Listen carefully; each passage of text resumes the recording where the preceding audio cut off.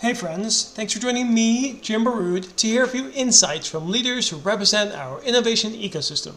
Today's chat is with Navneet Bhalla, the Executive Director of the Manavi organization, and Aditya Khurjekar, the Global Advisor of CivitasID and co-founder of Etimos.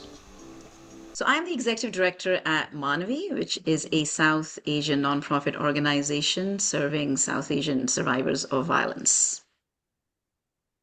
Aditya? I'm a board member and co-founder of Etimos, which is working on helping forcibly displaced populations to get their dignity back.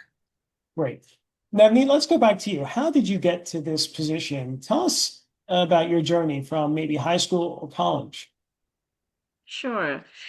So I used to practice as an attorney in London for many years, and I practiced. I did kind of immigration law, supported asylum law, and supported many refugees across the world in different countries. I also did employment law and served, employees and did work on race discrimination, sexual discrimination, and worked on a lot of gender-based violence issues as an attorney. Prior to that, I was also very heavily involved in student union and lifting up the voices of the most vulnerable communities within the student population as well as in the communities. And then after moving to the US, I wanted to continue my interest and passion in social justice issues and human rights issues. So I then worked for the International Rescue Committee. I went to Sudan for a brief period, worked for the IRC there, looking at Sudanese law, and also looked at policy and legal issues from a social justice and human rights lens, and then worked at a national nonprofit called South Asian Americans Leading Together because I felt after doing work overseas and on an international lens, honestly, I think I felt that the most important and significant impact we can have is at our doorstep. And that is what brought me back to working for a local nonprofit right here in New Jersey, Manavi. And Manavi, I'm very, very proud that I found my passion in the work that I do at Manavi. And today I proudly serve as the executive director and really feel passionately about serving South Asian survivors of gender-based violence and being part of the national movement to end gender-based violence in the South Asian community. Got it. And how long have you been at your position? I have been an executive director for 9 years. I am approaching, well, actually, I started as a different position, but I've been at Manavi, yes, executive director 8, 9 years now. Correct. Got it. Wonderful. All right, Aditya, tell us about your story. Take us from high school. High school, that's going to be taking that might take your entire podcast, Jim. Um, en- Engineer by training. After high school, I went to engineering school. I became a chip designer. My first job was in Bell Labs. My first let's call it uh, something real and beneficial I did was to design the world's first HTTV chipset while I was at Bell Labs. Went from there to enterprise software, went from there to mobile. I worked at Verizon, the big phone company, for a bunch of years. My last corporate job was to build the joint venture with AT&T and T-Mobile for mobile payments. Today, you know that as Apple Pay. When you tap and pay your phone or watch, we spent a few years and a lot of effort and passion and dollars to make that whole thing come together. And that was my transition from being a mobile guy to a mobile payments guy, and from being a corporate guy to being an entrepreneur, a founder. Spent the last 10, 15 years of my professional life in building businesses. Have had the good fortune of being of calling myself a two-time founder with exits. And since I finished my obligations for my last exit, I have been looking at how I can spend my time meaningfully in building businesses, building value that also have a goodness factor, or as they call impact associated with it. I was I was very fortunate to have been introduced to Civitas, which is a nonprofit that my co-founder Colin Wall started last year.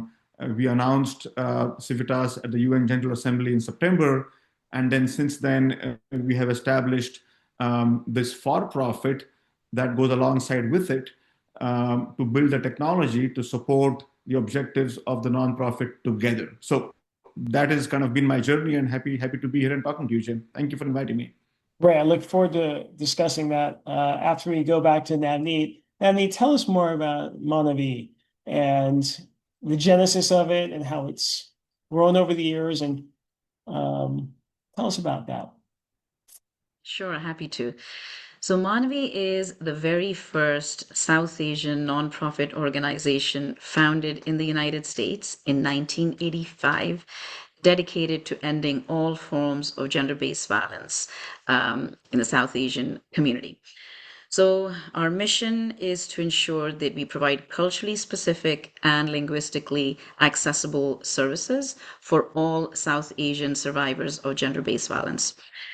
I'm excited to say that we have actually just celebrated our 40th anniversary, which is a significant and historic milestone. For the last 40 years, Manvi has been centering the needs of all survivors, and we've been uplifting the voices and tailoring needs to every survivor. We take a survivor centered approach, and I think it's important for us to point out that especially in the current climate, Manavi services are even more critical than ever before.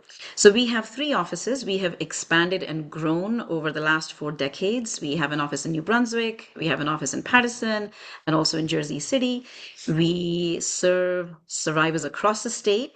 We have staff and volunteers who speak more than 14 languages to ensure that all our services are linguistically accessible. So, briefly to touch on the range of services we provide culturally specific counseling, advocacy, legal support services. We have an in house attorney now. We have a multilingual 24-hour hotline, and we also have a transitional home called Ashiana, which is the only culturally specific transitional home of its kind on the East Coast.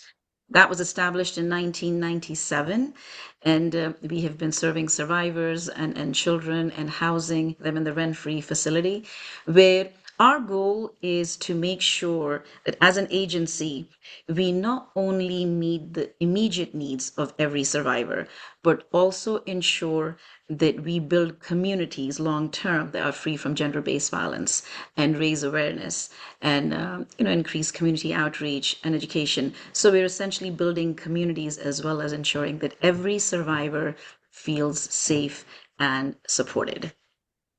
Wow. This podcast is about innovation across industries, nonprofit and for profit. And this is really novel what you guys have done, what you ladies have done mostly, right? Over the years. But I think many people will ask, how has this grown? Why are we at this stage in 2026?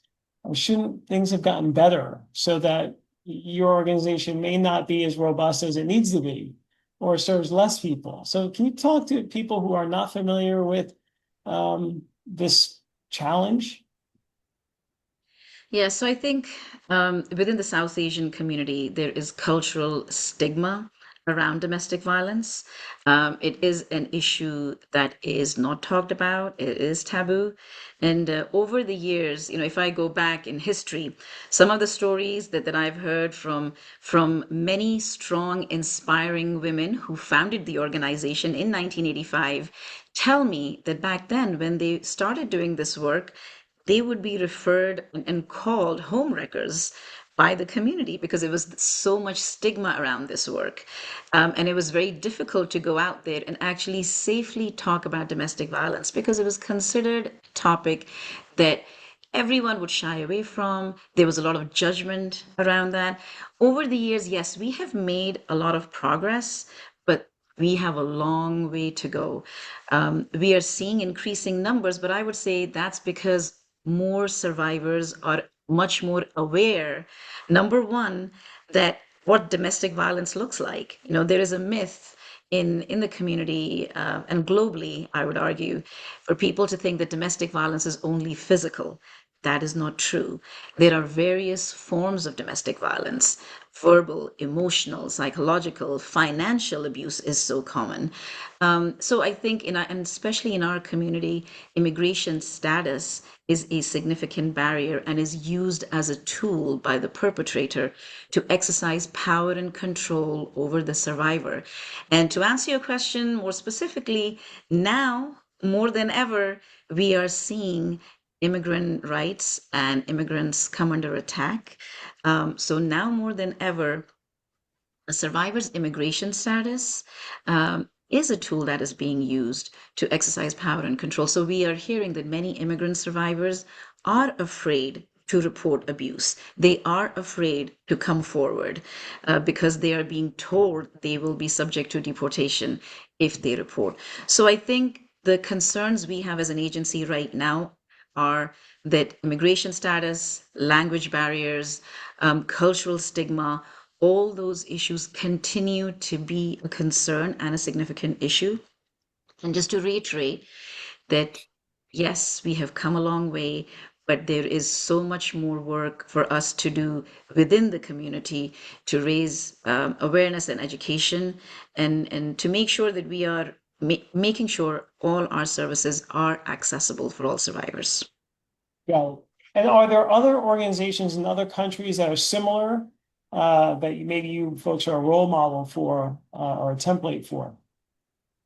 Absolutely. I think globally, there are many, many domestic violence agencies. And we actually also do transnational abandonment work where we work with survivors who've been abandoned in different parts of South Asia, whether it's India, Pakistan, or different countries. And there are agencies within South Asia, but across the world and across all cultures who do this very, very critical work. And I think the key piece I want to lift up here is that, yes, many agencies do work around domestic violence, sexual violence, and gender-based violence. What sets Manavi apart and other culturally specific agencies is that our work particularly has this emphasis on making sure that we have this cultural lens and linguistic lens so that our services are culturally responsive. We understand the background and the cultural background of each survivor and their linguistic needs so that they can relate and feel safe.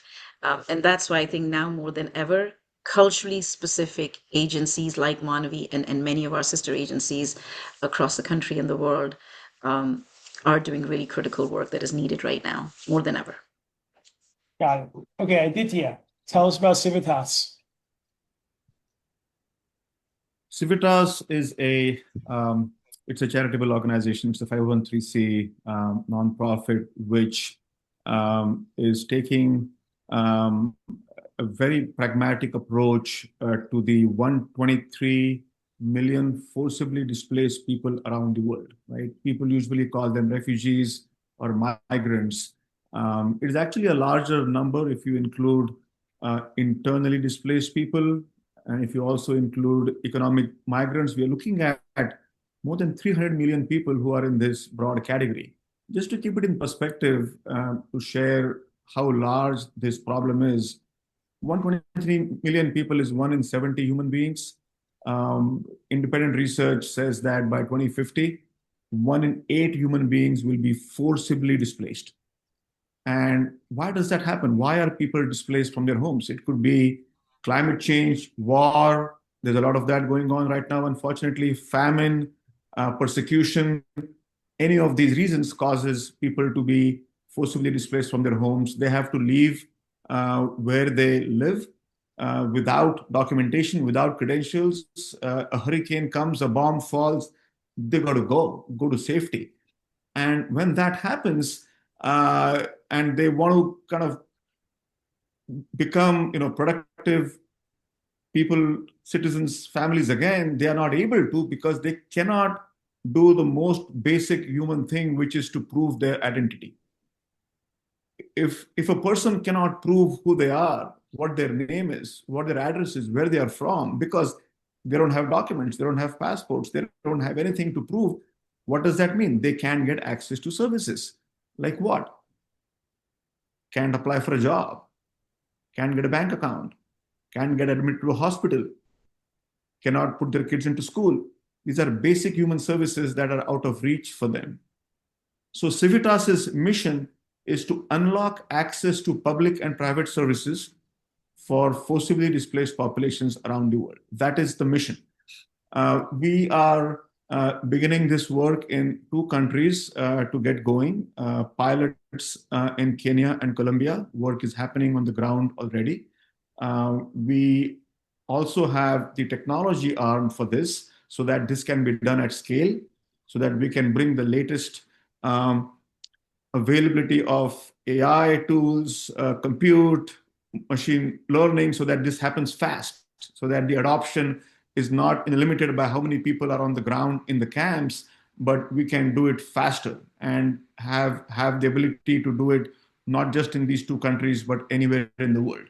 So the 2 entities work hand in hand.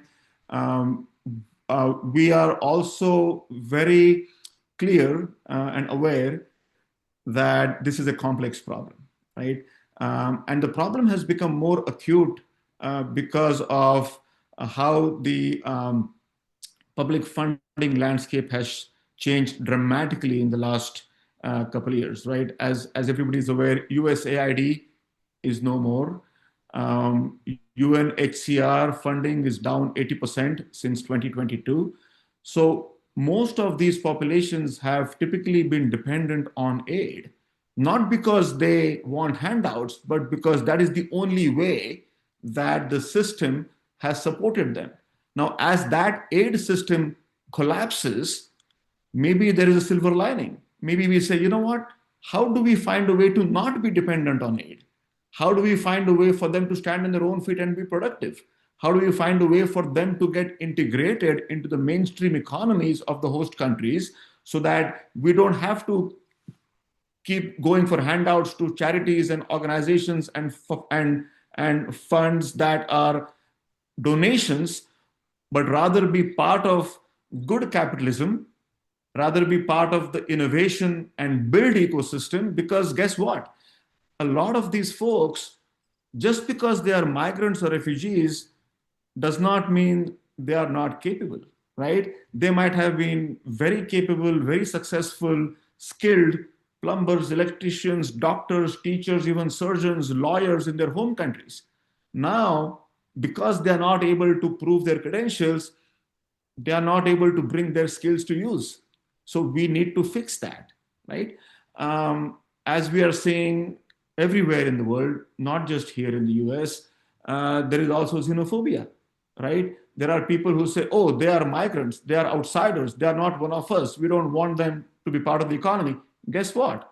That is a loss for the government, because these folks are enterprising, they are hardworking, they're able to build organizations, employ people, generate value. But if the government does not get tax revenue from their hard work, that's a loss for the governments.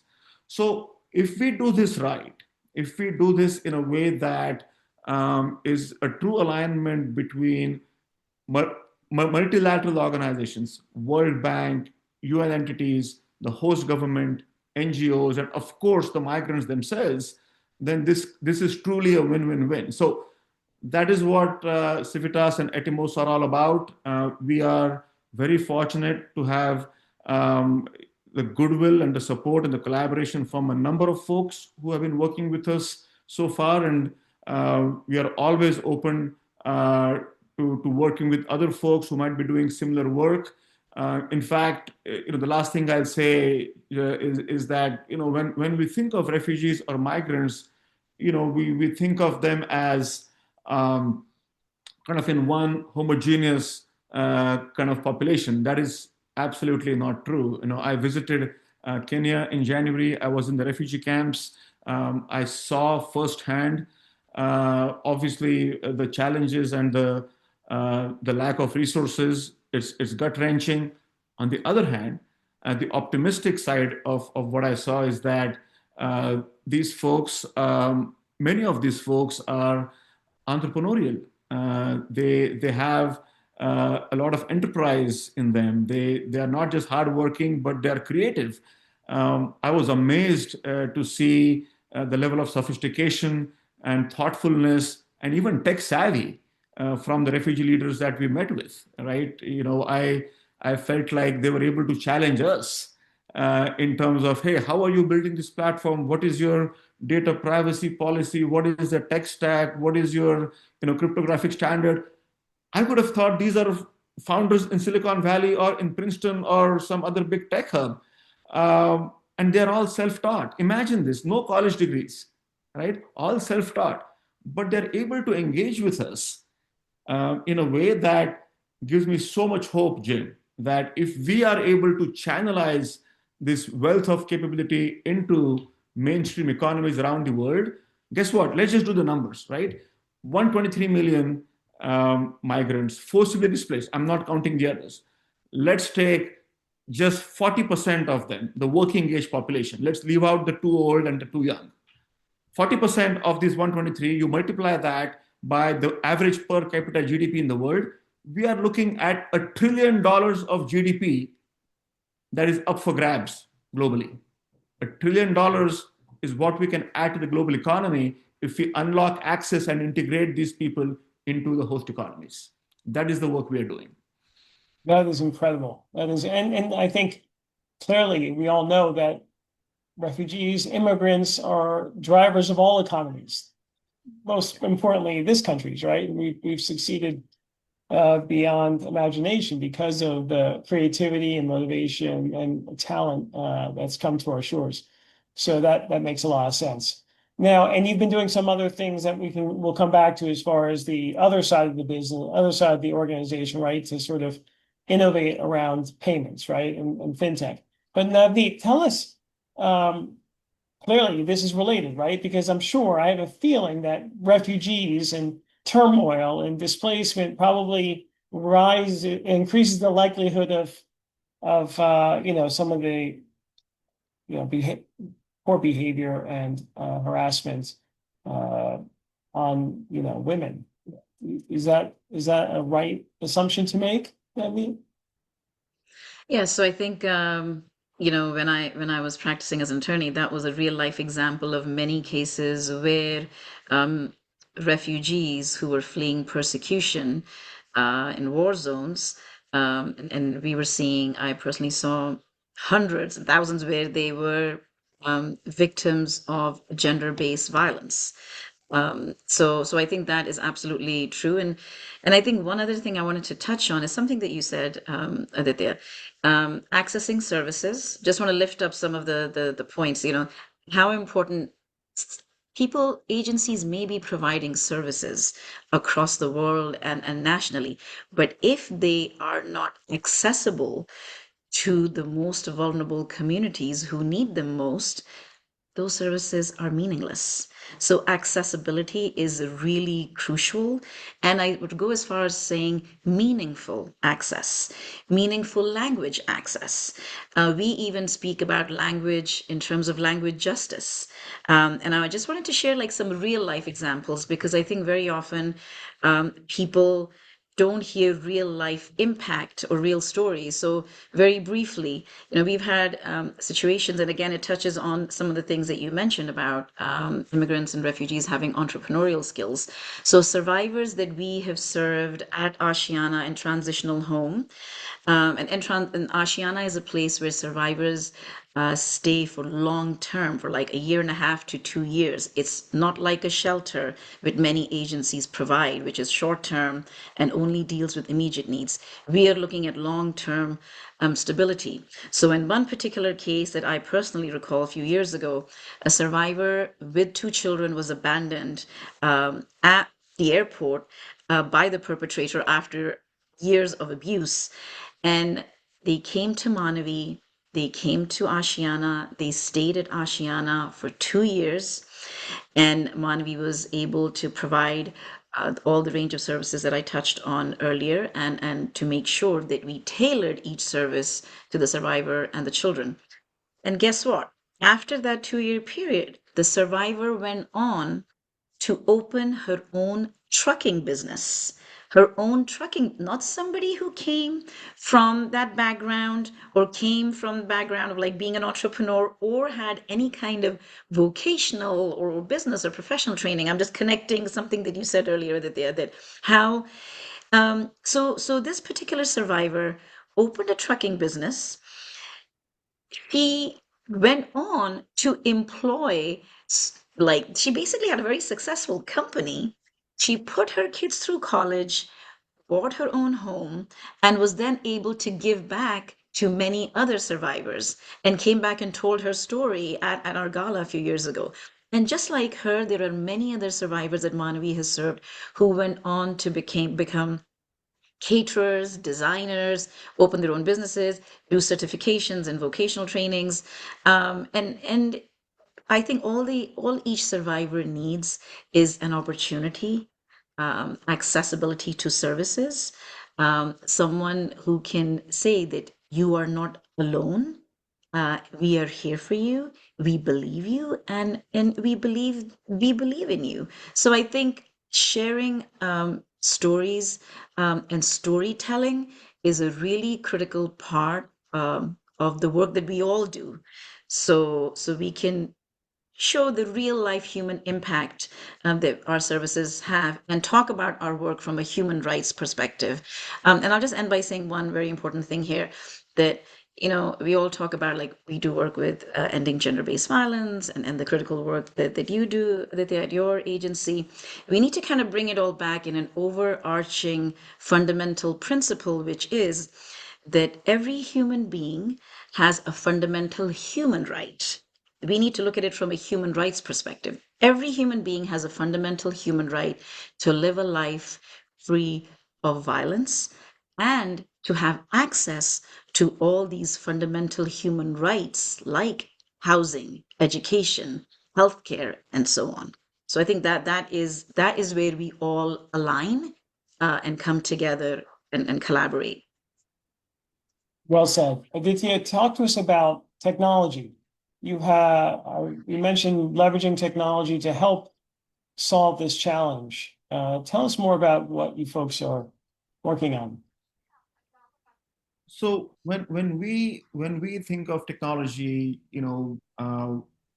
most people, and even me, maybe in my past lives, as an engineer, you think of technology as like an end in itself. I built something cool and I feel like, oh, I've achieved something. Well, hold on. If the technology is not solving a real problem and making a real impact on real human beings, what good is that technology?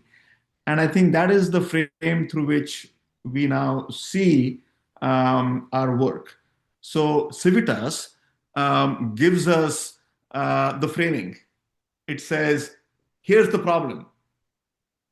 How do we solve the problem? Now, there are two ways to solve the problem. We can either, deploy an army of people who have all the right intent in each of the countries where we need to do the work and help these refugees, fill out the forms to get access to an ID or thing, or manually, and kind of do it the non-technology way. Or you can say, hold on a second, we are in 2026. We shouldn't have to fill out a form on paper to be able to get access to something. You should be able to click a button on a smartphone or a computer to do that. The good news is that even though a lot of these folks are in resource constrained environments where they don't have enough food to eat and barely have shelter, they have connectivity, they have smartphones. Aha. So let's leverage that. In fact, what we have found in Colombia, where there are 3 million migrants from Venezuela, the migrant population is more digitally savvy than the rest of the population. Why? Because they are forced to look at technology as a lifesaver. And so they depend on their phones and smartphones and digital experiences as they are dealing with entities. So how do we leverage the fact that um, we have connectivity, smartphones, and digital savviness already available to us? So now that is the starting point. It's a fantastic starting point for us to leverage. Now combine that with availability of AI technology and availability of on-demand resources for compute, understanding of verifiable credentials and standards around privacy preserving credential management, very important. Just because these folks are vulnerable does not mean we can abuse their data. Okay, in fact, they have been burned before. So one of the questions that we heard from the refugees in the camps in Kakuma was, how will you protect our data? Can you assure us that our data will not be used by bad actors to abuse us, right? And that is very important. So we have now all of the building blocks available to us. What we are doing special, Jim, in terms of the technology that we are investing in and building in the platform is what we call intelligent workflow orchestration.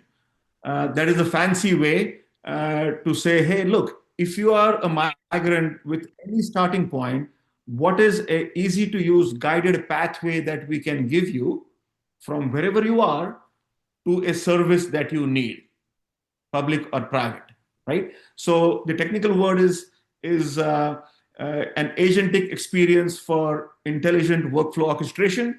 The plain English way is guided pathway to get access. Same thing, but that's what we're doing. We want the experience for every user to be a very high touch, handheld experience, unique to that situation, unique to that user, unique to the service that they want.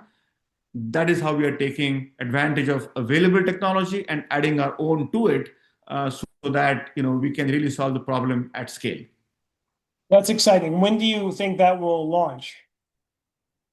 We plan to have our pilots with actual users using this in Q2 of this year, which is coming up soon in the two pilot countries. We already have interest from other countries who want to work with us, but slow and steady. So two countries first, and then we'll add more.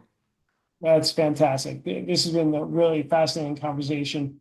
Tell us, we usually do just one thing. What's your hope for 2026? Navneet?